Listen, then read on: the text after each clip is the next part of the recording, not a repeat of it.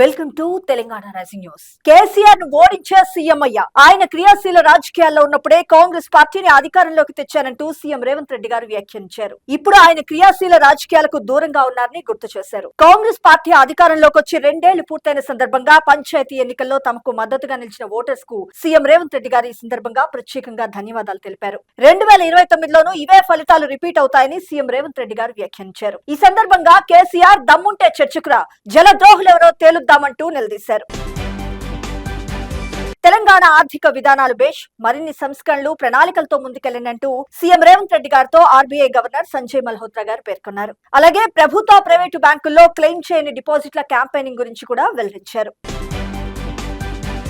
National Herald కేసులో Congress party అగ్రనేతలు Gaurav Shri Sonia Gandhi గారు, రాహుల్ గాంధీ గారిపై ఈడీ ఛార్జ్ షీట్ ను ఢిల్లీ కోర్టు నిరాకరించిన నేపథ్యంలో బీజేపీ కక్ష సాధింపు చర్యలకు నిరసనగా గురువారం రాష్ట్ర వ్యాప్తంగా ఆ పార్టీ ఆఫీసుల ముట్టడికి కాంగ్రెస్ పార్టీ ప్రయత్నించింది. ఏఐసీసీ ఇచ్చిన పిలుపుతో హైదరాబాద్ సహా అన్ని జిల్లా కేంద్రాల్లోనూ కాంగ్రెస్ పార్టీ నిరసనకు దిగింది.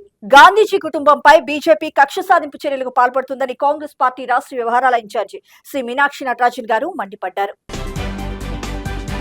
ప్రజల జీవితాలను మార్చడమే విజయమంటూ యువ ఐఏఎస్ సిసిఎస్ అధికారులతో డిప్యూటీ సీఎం మల్లు భట్టి విక్రమార్క గారు వ్యాఖ్యానించారు. పరిపాలన అంటే ప్రజలతో మమేకవడమే అంటూ పేర్కొన్నారు. ప్రజలకు నిజాయితీగా సేవ చేయాలని, ధైర్యంగా నిర్ణయాలు తీసుకోవాలని శిక్షణ పూర్తి చేసుకున్న యువ ఐఏఎస్ సిసిఎస్ అధికారులకు ఉద్బోధించారు.